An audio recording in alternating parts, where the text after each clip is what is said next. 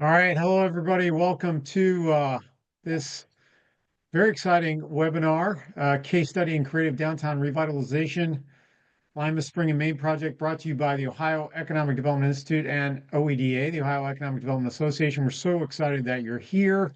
Uh, we've heard from you loudly and clearly that you want case studies, that you want practical things, how things are done. And so we're bringing that today to you. A little deep dive into a very successful, exciting downtown revitalization case in Lima. We got a whole cadre of awesome people here for you. Two significant business leaders, John Heafy with Good Foods, Tracy Sanchez with Lima Pallet Company, and then supporting them and all the awesome things they're doing in their companies and beyond. We have Amber Martin, who is a small business and workforce development coordinator with the city of Lima. We have my good friend Cindy Lease with Edge, running the local economic development group for the county, and Hannah Baumgartner with JobsOhio. Awesome programs. I've worked with Hannah when I was a local practitioner on programs. She's amazing to work with. So you have an amazing crew here. OEDA, we are here to strengthen those who strengthen Ohio's economy by expanding what you know, expanding who you know, and expanding your influence on making good things happen. So we're all about expanding your ability to do what you do and enjoy it. We got a lot cooking in the next couple of months, so we are not taking our foot off the gas through the end of the year. We got our last core course of the year. We got Jobs Ohio's new $100 million energy opportunity webinar coming up on the 24th. ODOD with an update. They've just released a bunch of programs and guidelines, so come see that. Both JO and ODOD doing amazing things. We're continuing our series on utilities with water on December 8th, and another intermediate course, target industry strategies. And then if that isn't enough for you, you can kick off your new year with some environmental due diligence. So super important. So yep, we got lots cooking, and we're excited about what's coming in 2026 as well. Last but not least, we're going to be monitoring. There's a Q&A box on these Zoom webinars. If you haven't done this before, put your question and answer in the Q&A box, and I'll be monitoring it. All the other hosts will be monitoring while our folks are speaking. And a lot of times we'll answer it as it goes, and we'll either keep it for the end or do it as it's coming. So just please put them in the Q&A box. Okay, with that, we're going to kick this off with a video, kind of getting you oriented to this exciting spring and main project in Lima.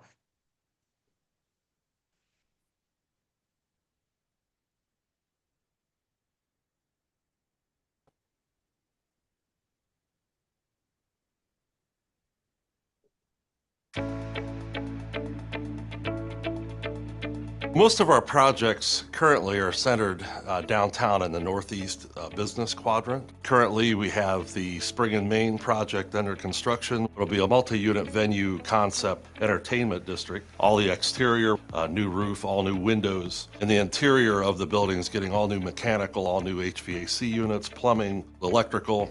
That phase of the project is at $5 million.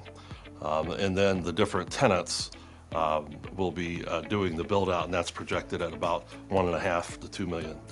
When I did Old City Prime, I started opening visions of what that block could be and what we could do someday if we were able to put all the properties together. Then as things started to develop around it, like the college and the amphitheater, we feel that it's one of the key blocks in downtown Lima. We've gotten a lot of help. Ed, Cindy, and Dave have both been involved in trying to source us streams of revenue. Cindy's been helpful with some tax abatement work that she's done. I think Allen County, Lima is a great place to come do business. I really do. First of all, it's a low cost of living area compared to some of the bigger markets. It's centrally located to millions of residents and population. Great transportation capabilities and all the amenities. And we're trying to even improve that with what's happening in downtown Lima to make it even more appealing for nightlife and culture. And if you're thinking about coming to Lima or just to come to town to start a business, I think it's a great place to be.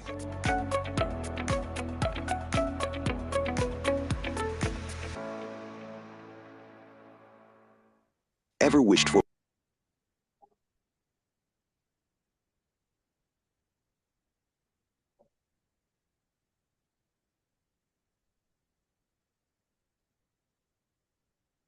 Okay, David. Okay. Uh, so we, so Mark, help me out. Are we doing presentations or are we doing discussion? What are we doing? I'm sorry. Sorry, it always helps to press audio. Um, excuse me. I think what we're going to do is we're going to start our discussion, starting with Hannah from Jobs Ohio, and then we will move on to the main star, John Heafy, who is from Good Food Restaurants. Awesome. John's Okay. shaking his head. Am I out of order, John, already? No, you're good. Fantastic. uh, because that's the story. That's the real story that we want to hear this morning. But we're Okay. pleased to have Hannah start us out, and then we'll hear from Tracy Sanchez, who is a developer in Lima, has done a number of projects. Our friend Cindy Lease, and finally Amber Martin from the city. Okay. Fantastic. Hannah, if you want to share screen and take it away, that'd be great. Yes, thank you guys. Give me 1 minute to make sure I shared this correctly for us.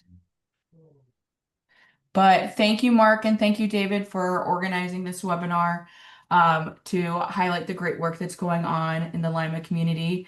I think everyone today is in for a treat. You get to hear from two local developers in Lima that have really invested a lot of time and effort into their community with John Heafy and Tracy Sanchez. So I'm just honored to be a part of this call and really appreciate you guys putting this together. So before we get into both projects, I wanted to kind of give a Jobs Ohio overview and reminder of the Vibrant Community Program, and probably some background as well for those that might not be as familiar with the program. So as some of you might know, Jobs Ohio, isn't usually in the community development space.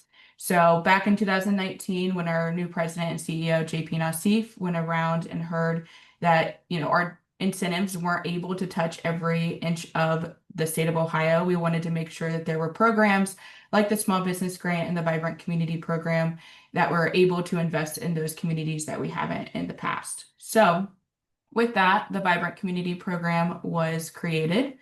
This program it goes up to $1 million in grant support to support catalytic development in eligible communities. Those eligible communities have to have under a 75,000 population and at or above the state poverty rate, which is currently the average is 13.2%. And that average, and we run reports annually at the beginning of the year in January. So if you're not on the list currently, make sure to look out for the list in this upcoming January to see if maybe the poverty rate or your local poverty rate has shifted at all. So those are what's eligible for Vibrant Communities and the pre-project planning grant as well. But today, as we've focused on our Vibrant Community Program, these projects are typically mixed use in a downtown community. The Vibrant Community Program requires that there is a 30% committed eligible anchor tenant. And that's how we really connect it back to the Jobs Ohio mission and vision of creating and retaining sustainable jobs.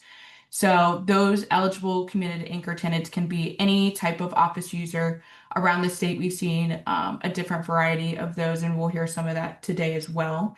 But that can be a headquarter office wanting to move downtown, maybe a co-working space or business incubator. We're really any type of office space that is going to have quality jobs that will be now located downtown. Since the inception of the program, we've supported, Jobs Ohio supported 39 projects statewide, and that impact has about 1.1 million square feet of newly renovated space. And then that has really attracted about 174 million in private investment. So our leveraged ratio for that is about 1:7. We've been able to, even though that this isn't a job heavy program, we've been able to impact and create and retain over 1,500 jobs with this program as well. So on the screen, you can see just a couple of the map where all the eligible communities are and a couple of the projects that we've been able to support with the program. I'm now going to switch gears and give just very brief background on the Spring and Main project, as well as the Central District project of how Jobs Ohio supported both of those projects. So first up, Spring and Main. This is one we'll hear from John about a little bit later. JobsOhio invested in not only this building that you see on the screen, but there's also another building included in this project that's further down Main Street as well. This project in JobsOhio's eyes had renovated about 37,000 square feet, and the anchor tenants for this space are Rudolph Food Company and Good Foods Company. Those are both the eligible anchor tenant with that 30% square feet that made it eligible for vibrant communities. John and his team invested about $10 million in the project for metrics for JobsOhio, and then as well as 134 jobs created and retained. So really great investment. I think if you haven't been down to downtown Lima yet, please go check out both of these projects because it's great to see how far that they've both come. And then finally, the Central District in Lima as well with Tracy Sanchez. This JobsOhio project, the metrics included renovation of 4 buildings in downtown Lima with about 50,000 square feet renovated, including some office space, makerspace, retail, and restaurant. This total investment was about $4.2 million. And then this also had to cause and create and retain 90 jobs for this project as well, with about $2.2 million in annual payroll. So that's just a brief overview of where JobsOhio saw the catalyticness in both of these projects and felt the need to and want to support these projects in our Vibrant Community program. And then I'll stay on to answer any questions at the end as well. But thank you, team.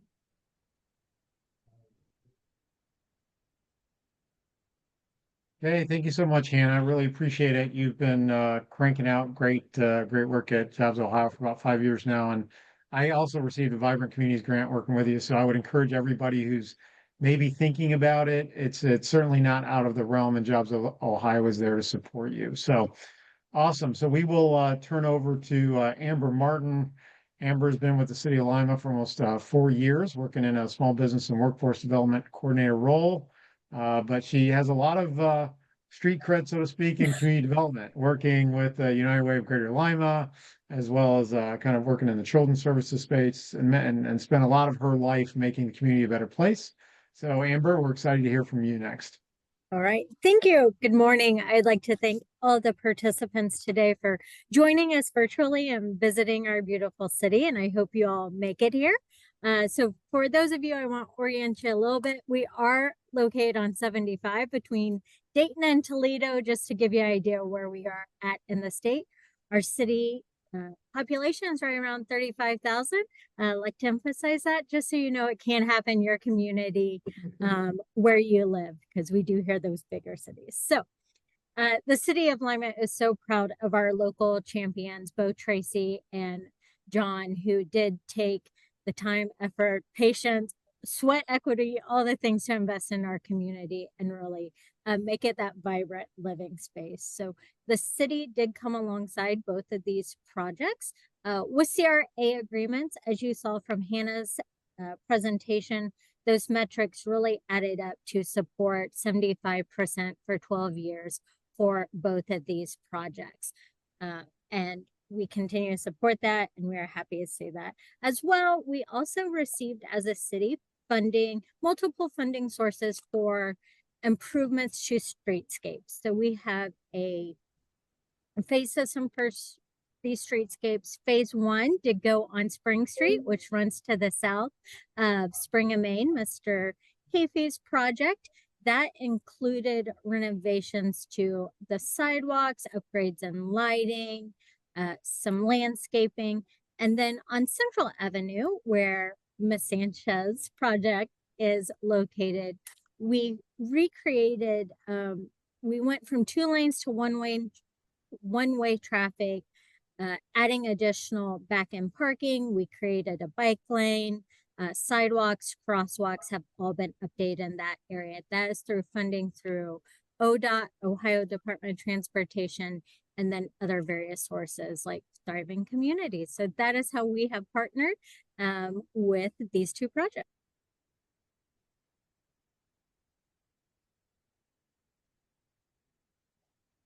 Awesome. Thank you so much, Amber. Really appreciate it.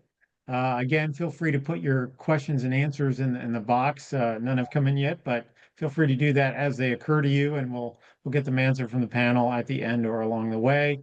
Now it's my distinct pleasure to introduce the man and who has helped spearhead a lot of amazing development in downtown Lima. The best known as the founder and president of Good Foods Restaurant, Good Food, company behind Bureau Barrel Pizza, Happy Days, Old City Prime, Sycamore. I have a Beer Barrel Pizza very close. I live north of Findlay, so I'm familiar with your work, John. John's a restaurateur going back to his 20s. He now has 20 locations with those multiple brands across Ohio and Indiana. So he's multi-state. But we're here today not just because of that, but because John is particularly passionate about and has been a major force in downtown Revite. He serves on Downtown Lima Inc. and has really spearheaded this amazing Spring and Main District project, which you all and we all are learning about today. So without further ado, John, looking forward to hearing you give the insider scoop, the behind the scenes, the Wizard of Oz behind the curtain tour of how this came to be. Okay, good morning. And thank you for inviting me to this morning, and also featuring our project that we're very proud of. Needless to say, you've rattled off all the restaurants. I basically am a restaurateur, and although I have developed buildings, standalone restaurants, and build outs of inline restaurants, nothing to this magnitude that I bit off in downtown Lima. So with that said, the origins of how this came to be, and I guess needs a little bit of history on me. I was born and raised here in Lima, and really in 65 years, up until last month, had never left for more than 2 weeks in my life.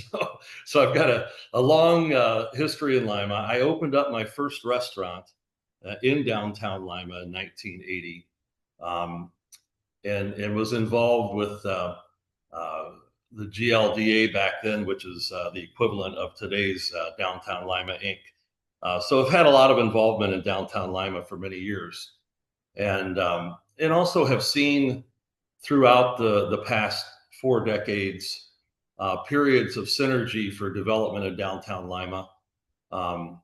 We had a wonderful civic center built in the 80s, and then in addition to that, with a segment in the 90s where we had a hotel built downtown. And there's just been different periods throughout the decades where there's been energy, and for one reason or another, things kind of cool off, and then we sit for a while. But what we've experienced in the past 10 years, I think, is that desire that we're witnessing across Ohio and across America, where young people want to come back downtown, and they want to work and play, and in many places live, which we have a lot of hope to create more of that in downtown Lima. But I think with my history with this town and my love of our city, I'd always wanted to expand my efforts downtown. I opened a steakhouse in a historic building that was actually built in 1892 in downtown Lima, called Old City Prime. And that opened in 2013, which brought me downtown on a regular basis once again. And these buildings that became Spring and Main were located across the street. And there were 2 beautiful buildings, and the history of the buildings. And Mark, I think I've got 15 minutes, you said, right? You do, John, you do. Yeah, okay, so I don't want to go on too long here. But the 2 buildings, the main building was built in 1925 as Blattner Department Store, which had a full basement and 3 floors, and also just a beautiful architectural detailed building.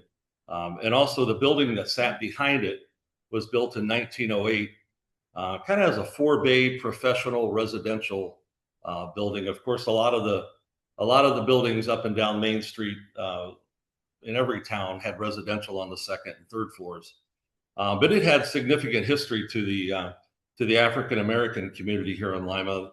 Lima's first Black physician and Black dentist operated out of that building. And also the physician became the real driving civil rights leader in Lima in the 40s and 50s. So both buildings had significant history to downtown. So there was never a thought of taking them down. It was about revitalizing them and bringing them back to life. And so that's kind of how this came to be. I also had spent a lot of time in the 80s and 90s in Grand Rapids, Michigan for business, and also witnessed a lot of revitalization in downtown Grand Rapids. And most of it was done by successful local entrepreneurs. And you know, on a different scale, we've got the Gordon Food family and the Frederick Meyer family and the DeVos family with Amway, Steelcase Furniture. But most of the revitalization that happened in Grand Rapids, Michigan, was once again a collaboration of private and public entities working together to make things happen. So that was always planted in my head. And also there was a large building, bigger than the Blattner department store, maybe 5 floors, that had became a real entertainment venue. And they called it the Bob, the big old building. If anyone's been in Grand Rapids, downtown Grand Rapids, Michigan, you've probably experienced the Bob. And it's 5 floors of restaurants, nightclubs, dancing, just a great, vibrant place. And I always had this vision in my head, because first and foremost, I'm in the hospitality business. And so I always had this vision in downtown of doing something like this.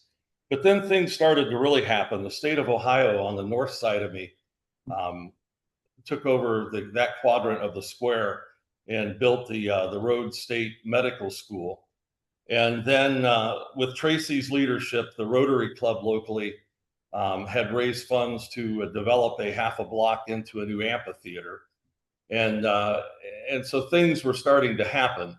I sit across the street from the Lima Allen County Civic Center, which has a lot of national name bands and acts and shows come to town.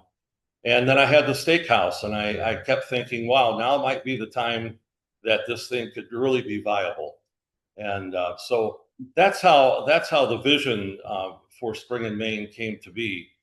And then you know, one of the things that you ask is to weigh out the challenges. Well, where do I begin? You know, so lots of challenges. I think first and foremost, I had to convince myself that this was worth the risk, because we are in a small market, and you know, I've spoke to several people about this. We are in a small market, and small markets like Lima want grand things, but the values and the comparable appraisals and the cost to do these jobs isn't much less than some of the major markets, but the ROI and the finished product, just you're kind of upside down on these things. So I had to weigh out those risks. Is this a risk that I can bear if this doesn't work out well? And so thank goodness I have another, enterprise that I felt comfortable, if it took a few years to cash flow this thing, that I could manage it. So there was a lot of self-thought going into does the benefits that it's going to do for the community and in satisfying my vision of what I wanted to do outweigh the risk of the financial risk of this thing. But I found some comfort in that I did have, a good revenue stream, a good cash flow stream coming in that I could offset things. But I also found that I needed to make sure that I had solid tenants predetermined for this project that I could service the debt on this building consistently for at least 10 years. And so, I went out looking for, those type of tenants. And so I did find a friend of mine and his brother owned Rudolph Foods based out of Westminster here, just east of Lima. And they are the world's largest producer of pork rinds. They have plants all over the United States and Mexico and Brazil. And they've also, the Rudolph family have been a significant player in the renaissance of downtown Lima on multiple projects, including Rich was Tracy's driving force partner in the amphitheater. But the building that Edge is in the building that the Chamber of Commerce is in across the street, the Rudolph family were driving force in that, and their father with keeping and building the beautiful new YMCA in downtown Lima. So the Rudolph family had a love of downtown Lima, and they decided to take the third floor of this building for their IT department and their corporate test kitchen, and took a 10-year lease, which was a big win for the project, for the longevity of the project.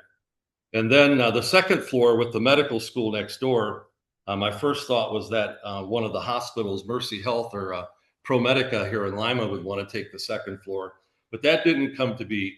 So I had to decide that, hey, I'm going to do what I do best, and I'm going to operate restaurants and entertainment in the rest of this building, because I felt comfortable that I could cash flow the rent needed to pay the development company, which is Hayfie Harmony Real Estate, to service the amount of debt that I was taking on. So there was a lot of challenges in that aspect, just personally, to convince myself this is a wise decision. And some nights I still lay in bed and ask that question, but I love the project. I'm super proud of it. I know the community's proud of it. And along with Tracy's project, the Central Business District, and along with the amphitheater and many other people now wanting to contribute to downtown Lima, we're changing hearts and minds about our city. And you can feel it in the evenings and on the weekends. And even people that come back to town for their class reunions say, wow, are we really in Lima? So it's been very rewarding in that aspect. Other challenges that came along, the buildings had no real estate other than what the brick and mortar sat on. So it took a lot of easements. The state of Ohio owned up against the north side of the building. So I approached the Road State Board and the Attorney General's office and got easements, and everybody was so cooperative to the point where they even gave me an easement for the entrance off the north side of my building onto their parking lot. And the city of Lima, I can't say enough. I after I had renderings, I approached City Council along with the mayor at that time was Dave Berger, and just got unanimous support from City Council because I was requesting an 18-foot permanent transferable easement along the entire south side of the building, which was a big ask. But they did agree to it once again unanimously, and allowed us to have space for outside dining and to really make the building something really special with the canopy on the side. Along with that, the city council, like Amber had mentioned, had funds put aside for streetscape projects. And so they decided to move forward quickly with what we called phase one to coincide with the development that I was doing. And I can't say enough about the cooperation from the city.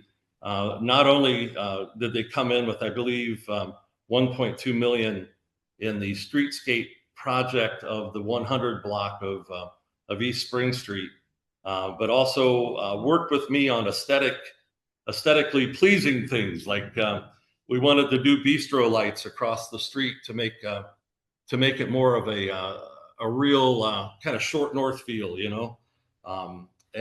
so they went along with me and got taller street lights to support the overhead lighting. The landscaping, I wanted to make sure that we had electric run to all of the trees and things for, for seasonal lighting. And so the city really worked with me aesthetically on how to make this thing special, even along with accepting my suggestion that if I paid for it, to add an arch to Spring Street at Main Street. So we really have something special that came together. And then I have to say, I already mentioned the state, but the state, also when I look at the state, I look at JobsOhio, I look at the Department of Development and the assets that came along with that. But then even Allen County, one of the, when you do a development like this, you have to think of parking.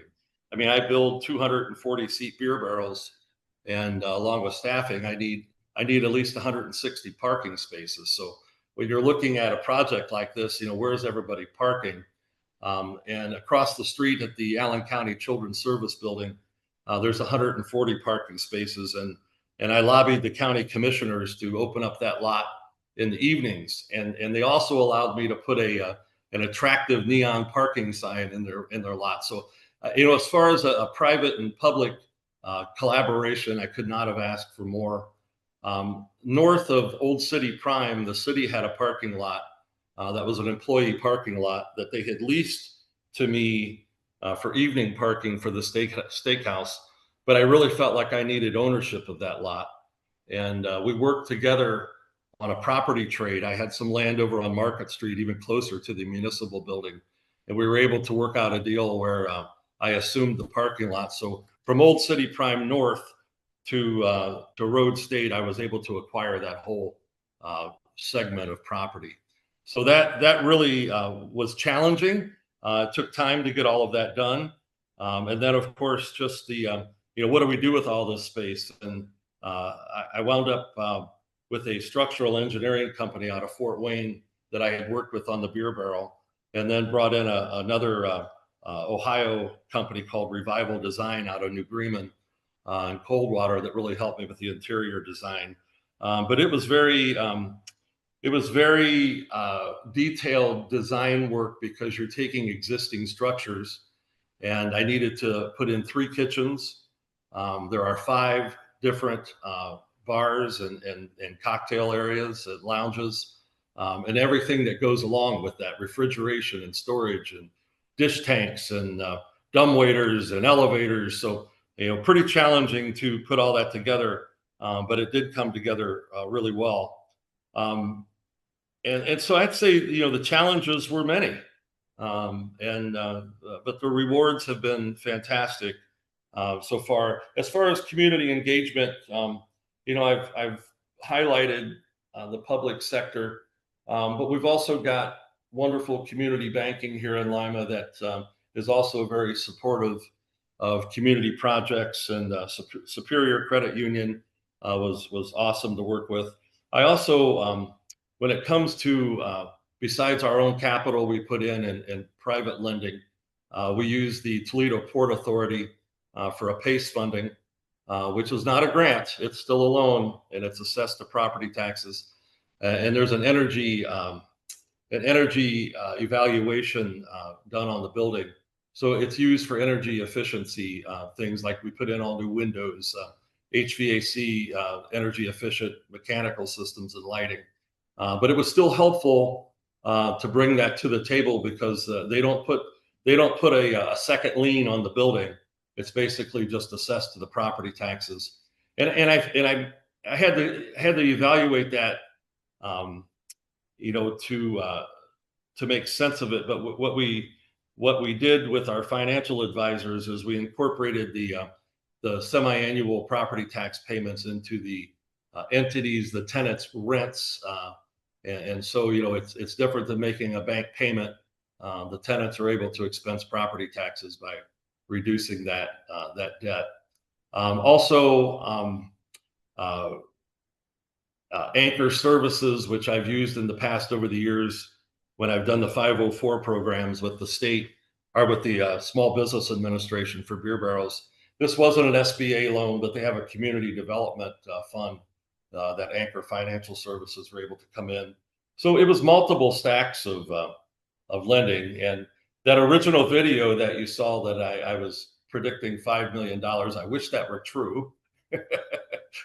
Because as you'll find out when you take, I could build a brand new beer barrel and know exactly what the budget is, but when you start digging up foundations like these old buildings, the basements went out under the sidewalks, and so there was a lot of unforeseen expenses along the way. So those are some of the challenges, but the community engagement's been it's been excellent. I just think that when I brought this to the table, I think there was buy-in because of my longevity in this city and the credibility that, just of that longevity of operating businesses in the city of Lima for that long. The community really bought in with me and were very supportive. And even though Amber mentioned the population of Lima of 35,000, I've got restaurants in Hancock County, Van Wert County, Union County, Franklin County. I'm down in Mercer and Auglaize. So we've built a customer base, surrounding Lima that are aware of our restaurant operations, kind of like Cameron Mitchell is in Columbus, So I think that when we opened this, it also gave me comfort that the greater Lima market is, correct me if I'm wrong, but I'm going to say close to 90,000 with the 4 townships.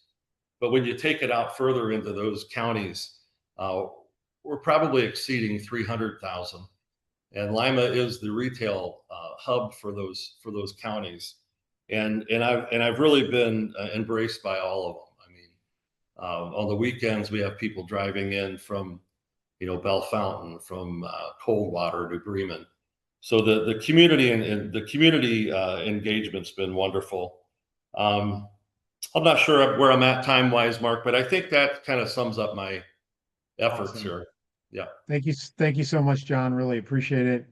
We're gonna, John has led an amazing project. It's really kind of a entertainment complex, kind of single owner.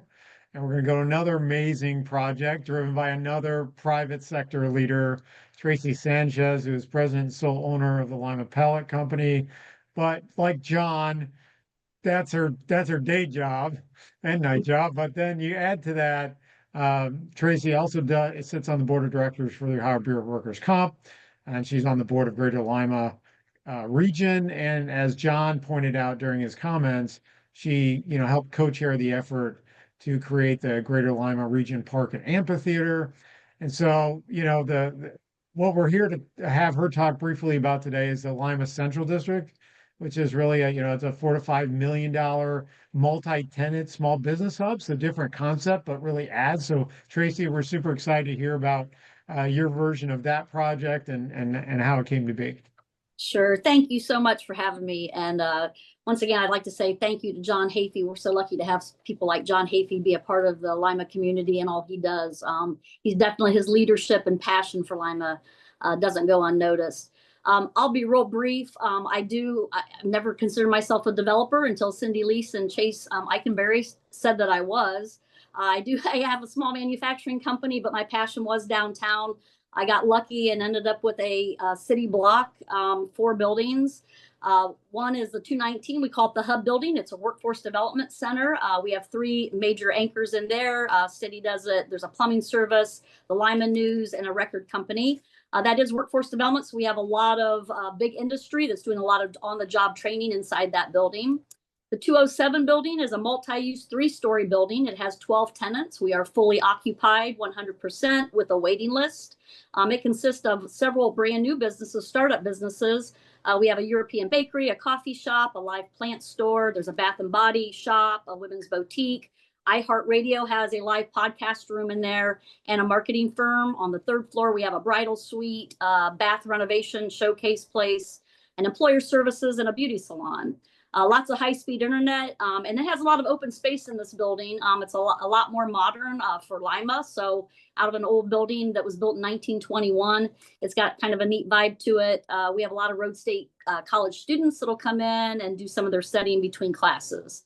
Then we also have a loft space for events that can hold up to about 60 people.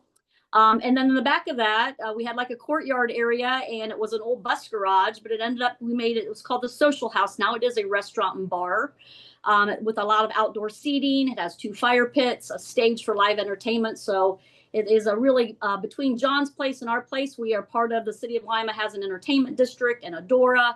So a lot of live entertainment going up and down the streets with the amphitheater, all within, John and I are all within about 2 blocks of each other. We have one more building, the 201 building. I have not started yet. Hopefully we'll get started on that one next year. And then our capital stock also consisted of the JobsOhio Vibrancy Grant. We maxed that out. So we got a little over $1 million from them. The PACE program, which is the Toledo Port Authority. We had several local loans, the Darcy loan, which is from our Allen Economic Development Group, Downtown Lima loan. The Greater Lima region also, chipped in some money, and then our local banking. And then myself and I have one partner in this project. We've contributed almost $2.5 million ourselves of personal private money. We also used the city of Lima. I think Amber had alluded to the tax abatement, 75% for 12 years, which was huge. And I wouldn't be remiss if I didn't mention, though, that this partnership with the Regional Growth Partnership, RGP, Chase Eikenberry, and then Cindy Lease from Allen Economic Development. If it wasn't for those 2 ladies and our relationship with Hannah and the JobsOhio group, this project could have never happened. There's no way I could have done something with something like this by myself. They were the driving force, to help me with that capital stack, with the grant writing, leadership helping us push the paperwork along with the JobsOhio. There's just a lot of reporting, a lot of things that you have to do. So to me, it was girl power. Those women were rock stars in helping make this happen. And then with the city too, Amber alluded, the city streetscape, the building department, health department, all those people that you have to have on your side and having the relationships. One of the things I always like to say is bring those local people in early on. It's so important to make sure that they understand your project and will be a part of your project, and it makes things happen a lot easier. So I will stop there. Awesome. Thank you so much, Tracy. There's a lot of recurrent themes here. And we want to, we got the dessert, save Cindy Lease for last. After 2 amazing, passionate people who are really investing in the community as an economic developer. Really appreciate John and Tracy. Cindy has been doing this at least as long as I have, which is 30 plus, both and working for a manufacturing company, but then getting in with a couple of manufacturing extension partnership programs. So really getting in economic development, providing services to support small and medium-sized manufacturers. And then the last 12 years, she's been busy both in terms of running Edge, but also got her start where Amanda's from, Van Wert, doing community and economic development. So she's one of the veterans like me, and just so thrilled that she's an economic development leader in Lima. Cindy, give us your perspective. Yeah, thank you so much. And so happy to be able to participate and tell this story so that others across the state can, follow suit, because it's been a great experience. I'm not going to say it was an easy experience, and I'm not even the developer. But this is just a perfect example how projects like this need public-private relationships and money to make this happen. And I've always been under the belief that it starts with private investors in a community. And these 2 individuals are just exactly what all communities need. They're out there. Go find them, because there are those people that are willing to put not only some of their personal equity into this, but all their blood, sweat, and tears into something like this that can turn around a downtown. And that's exactly, I think, what most of, what these projects have exhibited is just a passion for downtown. And I also believe that both John and Tracy at some point had confidence that this community would be willing to support their efforts. If we go back 5-10 years ago, we may not have felt that confidence in downtown until things started to happen. And John described some of those. And so as confidence in your downtown and your communities start building, that's when your private investors are going to come forward and take that risk. And so from the perspective of the Economic Development Office, I mean, we started down this path at a really early stage with JobsOhio, right, Hannah? I mean, when Tracy and I started thinking about the Vibrancy Grant was at a very early stage when JobsOhio kicked it off. So I'm not sure. I feel like we were one of the pioneers that started down the application process, and we thought, wow, what are we getting ourselves into? And so after several writes, and I know coordinating with JobsOhio and Hannah and Chase and defining what the project looked like and what were going to be the anchor tenants and how many employees are they going to have and how much payroll. And, you know, when you're a developer, an entrepreneur like Tracy and or Jeff, you know, sometimes they think, well, that's, you know, yes, we're going to have those things. And I'm saying, how many, how much?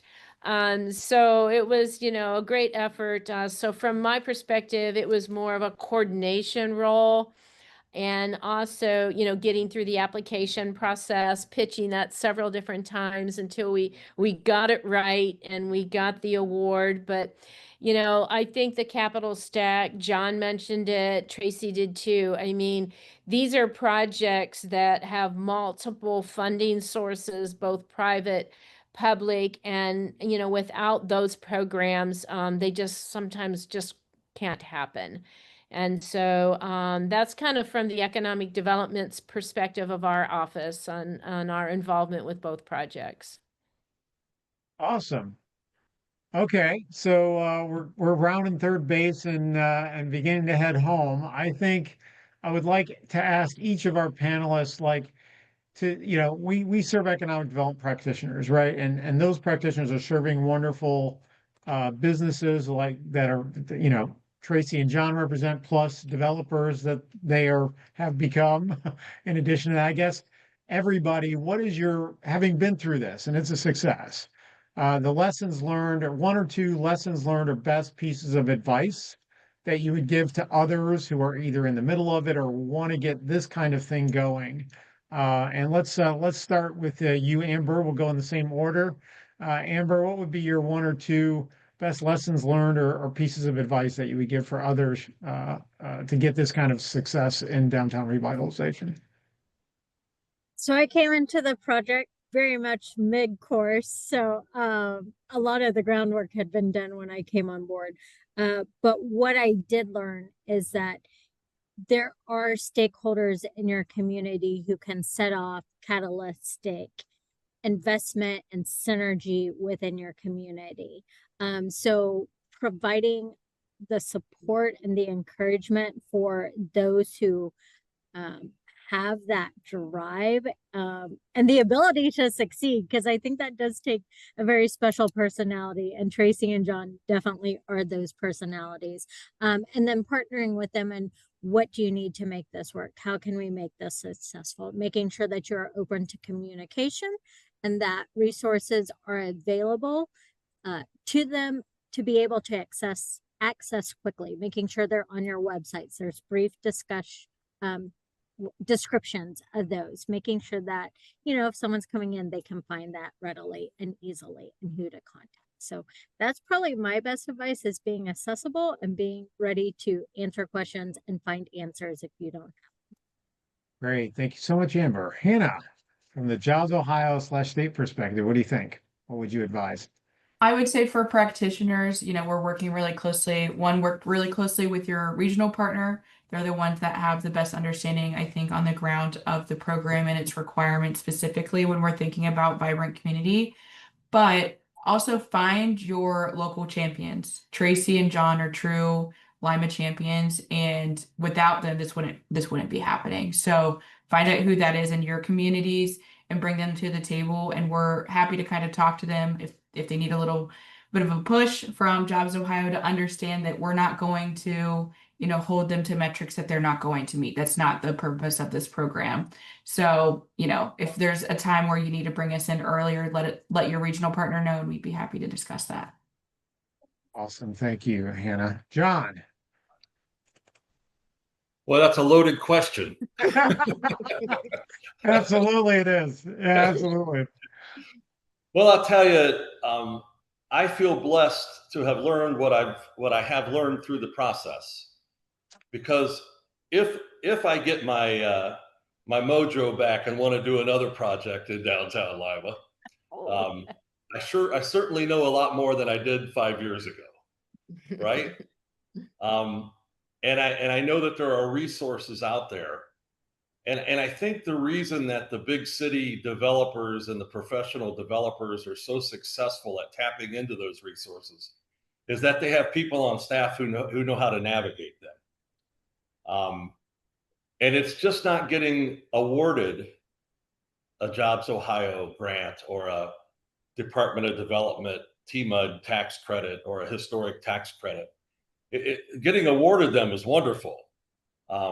Completing them and finalizing and understanding the documentation to get awarded money at the end of the project, or even how to navigate as you're doing these projects and you need the money, you can't get it. You know, these things, these grants and tax credits are wonderful, but you need to navigate. There's a lot to navigate to finish them and to complete them. I'm not complaining at all because they're wonderful. And like Tracy said, and said, some of these projects would not happen without them. But it has been a learning experience, and I think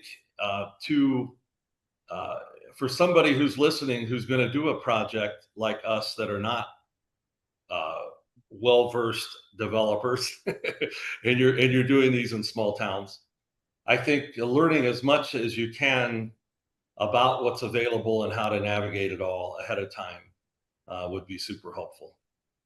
Awesome. Thank you so much, John. Tracy, thoughts?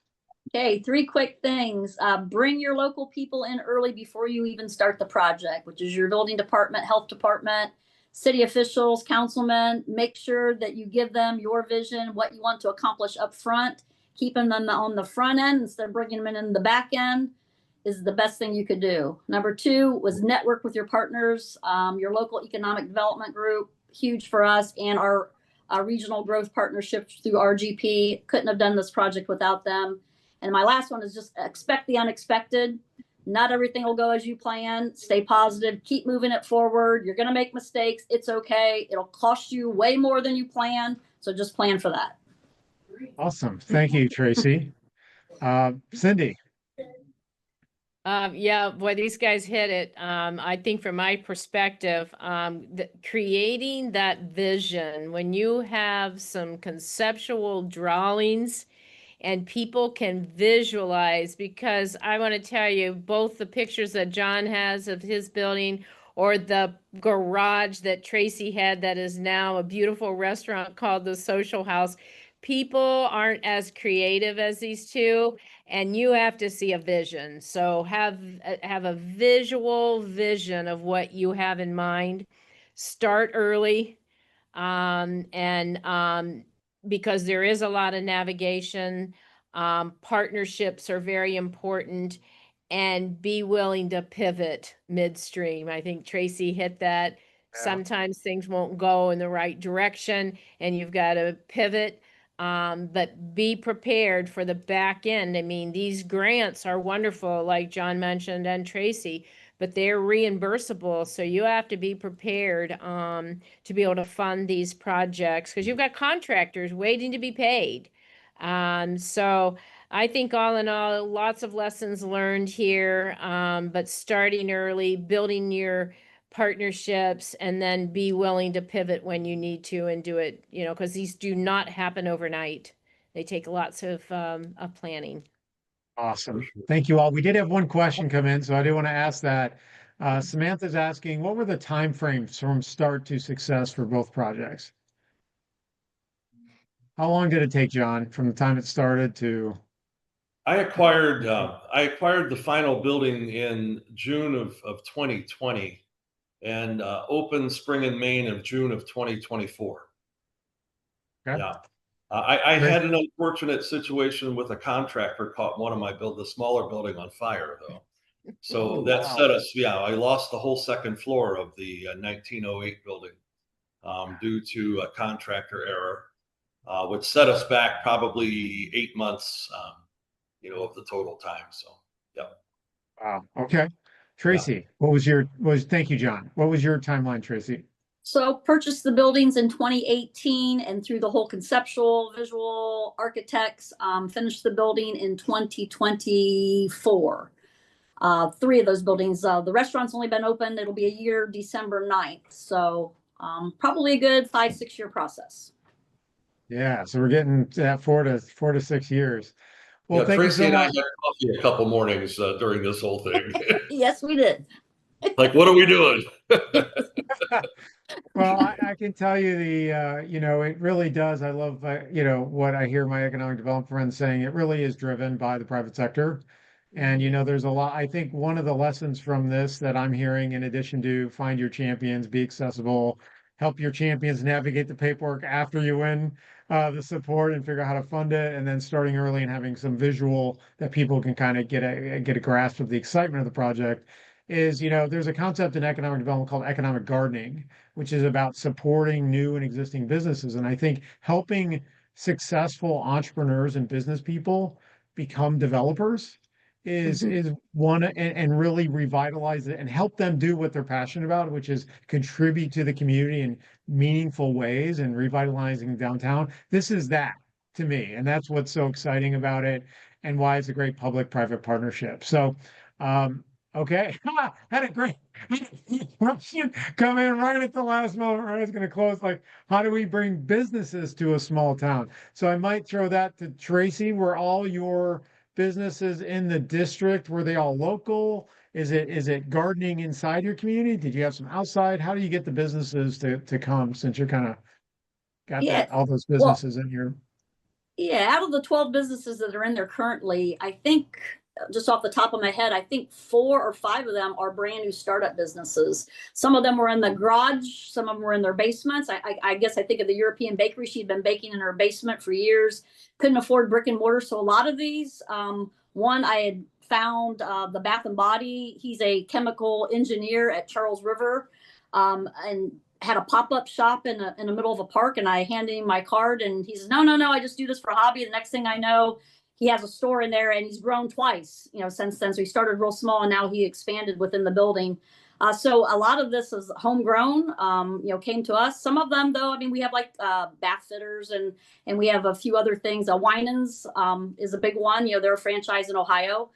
So it was honestly going out and handpicking some, trying to get them to come to the community, which we still do. But now, like I said, we do have a waiting list trying to get in, and I just don't have any more space. So. Okay, and I'll flip the question to John. John, how do they get a beer barrel or one of your shops if they're within like, how do they attract someone like you, even if they're, other people like you, if they're in a place in the state where it's not feasible? But what is attractive to you when you're looking at coming into a For a small community, to attract us to Yeah, come to their yeah. What would you say? Yeah. Well, we get people reach out all the time, especially B-sized communities. And honestly, we have 4 restaurants in Columbus, which is great. But we really do our best sales in Finley's and Van Wert's and St. Mary's. So we've kind of decided our niche market is where we're a big deal. For instance, I opened a beer barrel in Easton with 100 other restaurants in a square mile. It's a tough sell. Yeah. So when towns like that call, we go listen, and we go right to their economic development folks, and we see what space is available, and I've utilized revolving loans, low interest loans in these communities, and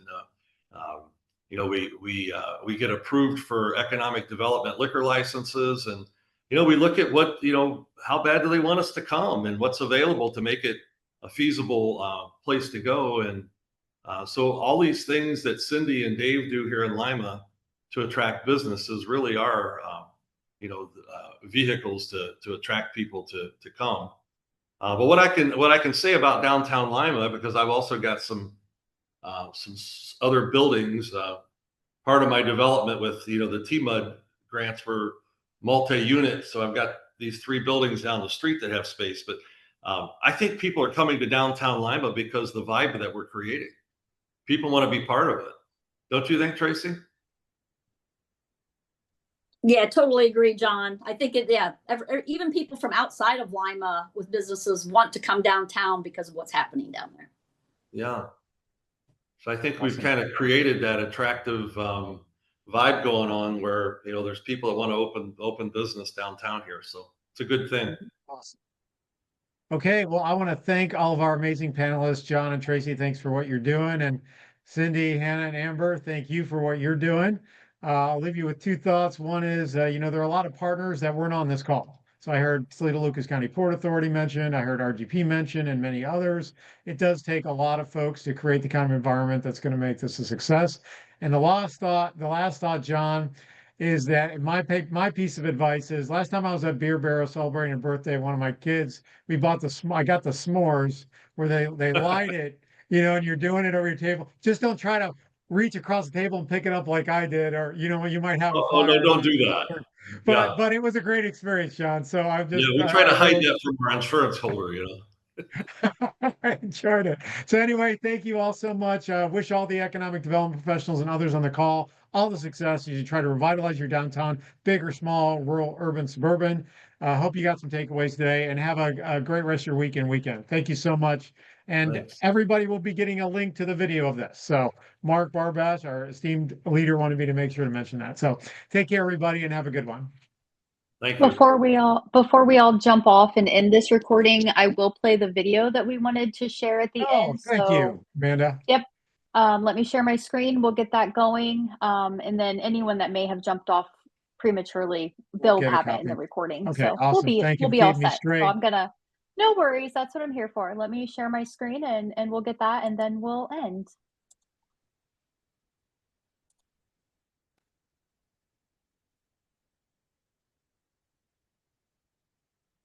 After 4 years of planning and work, the Lima community sees the finished product of Spring in Main. For the grand reveal of Spring in Main, visitors enjoyed cocktails and took guided tours of all 4 new businesses on the block, housed in 2 rehabilitated historic buildings. With the addition of these restaurants and bars, downtown will have a wider variety of different experiences, from the refined Italian atmosphere of Nono's Cellar to the hip feel of Vista Taco and Corner Pins, which features duck pin bowling and pinball. Owner John Hafey says these new spaces will help make Lima a better place to eat, work, and play. I'm a firm believer that the heart of our city needs to look its best and be something that we're all extremely proud of. When we come to downtown, to the heart of our county, to the heart of our community, that people leave downtown and feel good about the town they live in. Buildings are also home to corporate office spaces for Rudolph Foods and Good Food restaurants.